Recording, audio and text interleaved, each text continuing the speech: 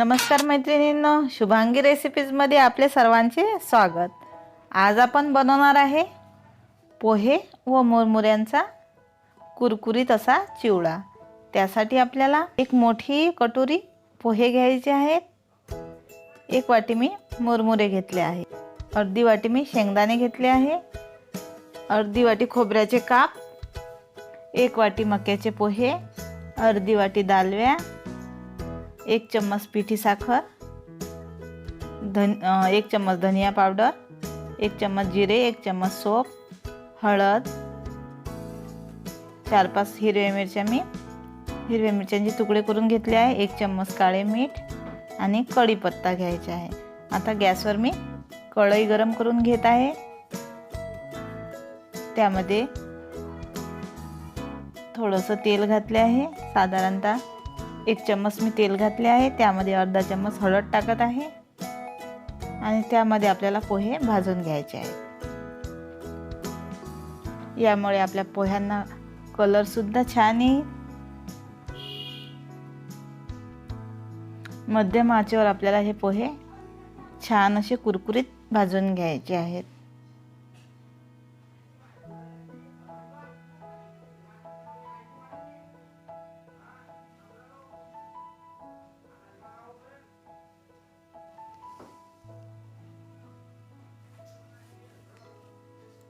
भाजतानाच यामध्ये मी थोडंसं मीठ घालत आहे, त्यामुळे आपले पोहे छान असे कुरकुरीत भाजल्या जातील। हे पहा, छान असे पोहे आपले भाजल्या गेले आहे। कुरकुरीत असा आवाज सुद्धा येत आहे।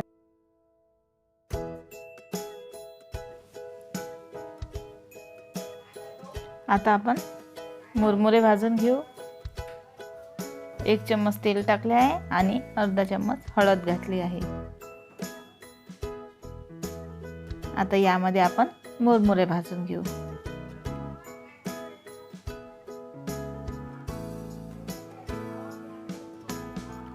मुरमुरे सुद्धा भाजताना थोडंसं मीठ टाकून घ्यायचं आहे, त्यामुळे आपले मुरमुरे छान असे कुरकुरीत भाजल्या जातील।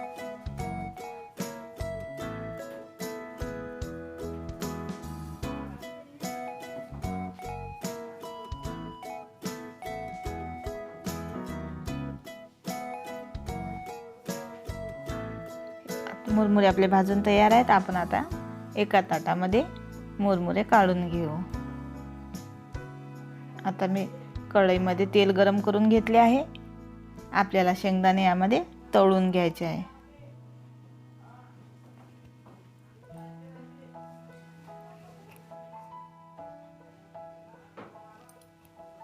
शेंगदाणा सुद्धा लालसर कलर येत आहे। शेंगदाणे सुद्धा आपले भाजून तयार आहेत। आपण आता ते शेंगदाणे काढून घेऊ। आता आपल्याला या मुरमुऱ्यावरच शेंगदाणे टाकून घ्यायचे आहेत। खोबऱ्याचे काप सुद्धा आपण तळून घेऊ।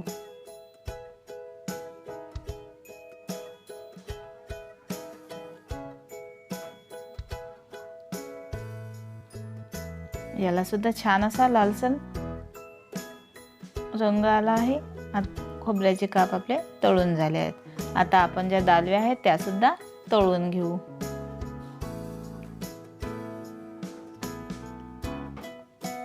दालव्या सुद्धा आपल्या तळून झाल्या आहे, ते सुद्धा आपल्याला यामध्ये टाकायचे आहे।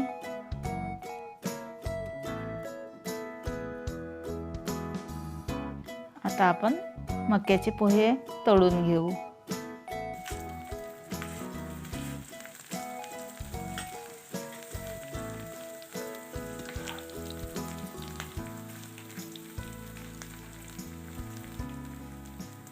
मक्याचे पोहे सुद्धा आपले तळून झाले आहे, ते सुद्धा आपण यामध्येच टाकून घेऊ। आता यामध्ये आपण कढीपत्ता तळून घेऊ। त्यामध्येच आपल्याला मिरच्या सुद्धा तळून घ्यायचा आहे। हे आता आपण मुरमुरे आणि पोह्यामध्येच टाकून घेऊ।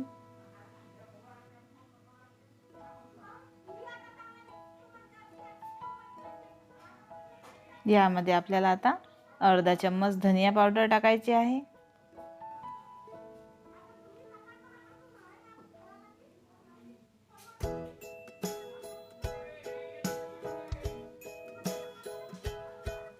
अर्धा चम्मच जिरं पावडर, मी जिरं भाजून घेतले आहे आणि मिक्सरमधून बारीक करून घेतले आहे. तसेच अर्धा चम्मच आपल्याला सोप टाकायचे आहे. सोपसुद्धा भाजून त्याची पावडर मी करून घेतली आहे. त्यानंतर अर्धा चम्मच मी काळे मीठ घातले आहे. अर्धा चम्मच मी पिठी साखर घातली आहे.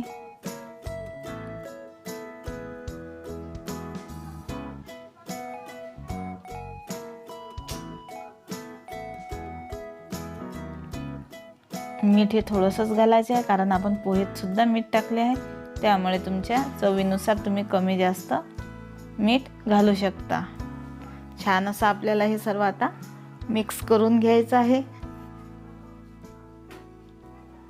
चमच्याने किंवा सराट्याने छान असं आपण आता हे मिक्स करून घेऊ.